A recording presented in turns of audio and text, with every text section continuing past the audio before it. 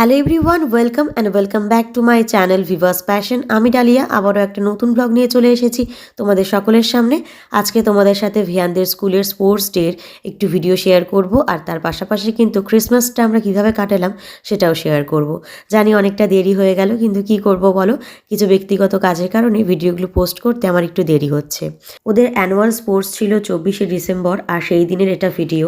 সেদিন কিন্তু স্পোর্টসে অনেকগুলো অ্যাক্টিভিটিস ছিল, অনেকগুলো খেলা ছিল, আর ওদের টোটাল 2টো ডান্স পারফরমেন্স ছিল। নাচের ভিডিওর অরিজিনাল ভয়েসগুলো অ্যাড করিনি, তার কারণ সেগুলো দিলে কপিরাইট চলে আসবে। আর এখানে দেখো ভিয়ানকে প্রাইজ দেওয়ার জন্য ডেকে নিচ্ছে। ভিয়ান কিন্তু স্পোর্টসে ফার্স্ট হয়েছে, আর সেই ফার্স্ট প্রাইজটা ভিয়ানকে এখন দেওয়া হলো।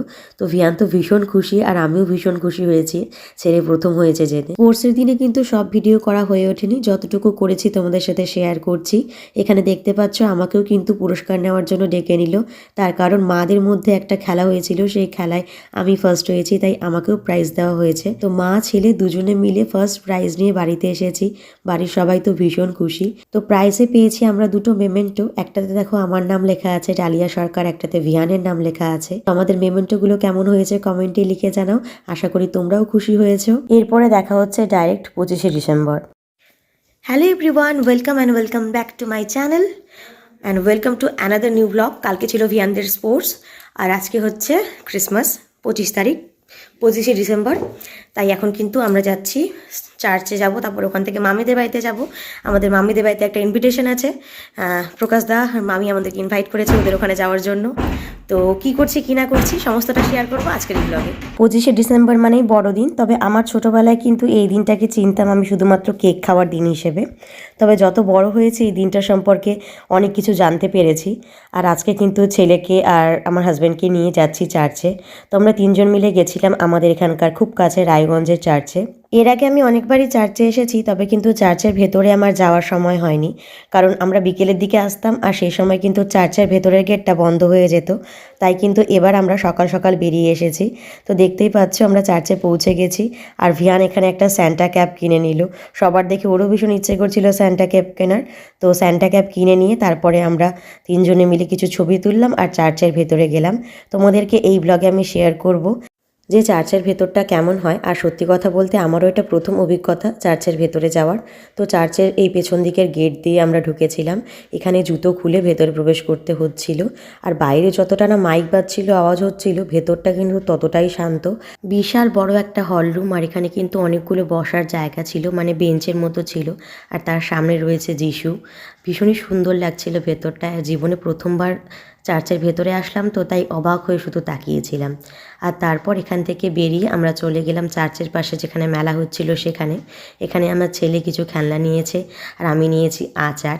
এই আচারের দোকান থেকে কিন্তু আমি তেঁতুলের আচার নিয়েছি। আর তারপরে চলে গেছিলাম আমরা মামিদের বাড়িতে।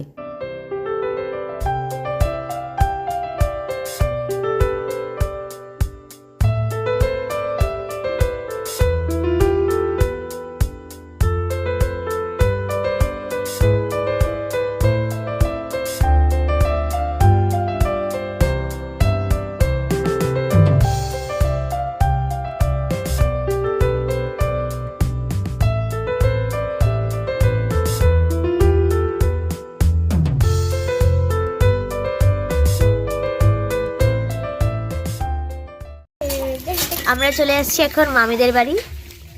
তো খেলে না বাবা। আর মেলা থেকে যে আমি তেঁতুলের আচার কিনে নিয়ে এসেছি, আমি লাগাতে পারবো। তো এখানে আজকে খাওয়া দাওয়া হবে। ভিয়ান সঙ্গে সঙ্গে এসে খেলনা নিয়ে বসে গেছে খেলতে। বল। তো এখন এখানে খাওয়া দাওয়া করবো। এখানে মামি বিশেষ করে হাঁসের মাংস খাওয়ার জন্য আমাদেরকে ডেকেছে। আমার হাজব্যান্ড যে হাঁসের মাংস খেতে ভীষণ ভালোবাসে, আমি খাই না, আমার ভালো লাগে না, তো সেটার জন্য আমরা এখানে এসেছি। এই যে দিদা, মানে আমার মামির মা, এই যে দিদা, দেখালাম ব্লগে, প্রকাশদার মামার বাড়ি।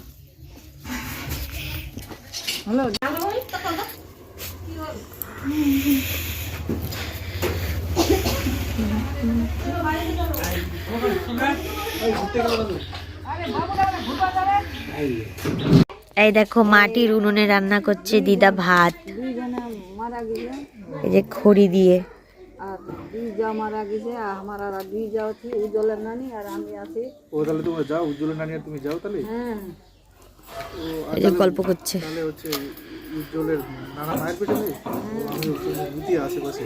না না আমি তো নিজেরই ভাই। না, চার ভাই। এবার এই ভাজের মাসে মারা গেল, এটা বাড়িটা বুড়াটা।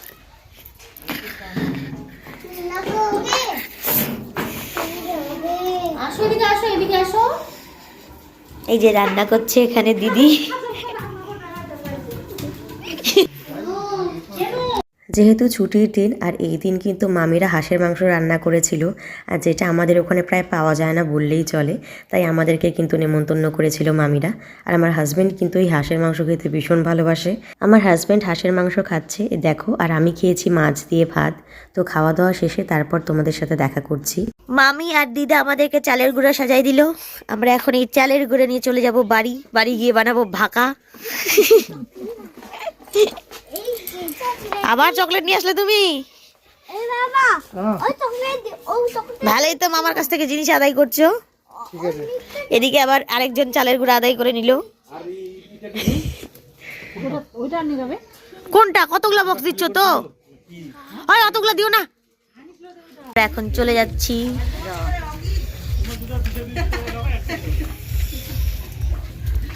তো চলো বাড়ি গিয়ে দেখা হচ্ছে।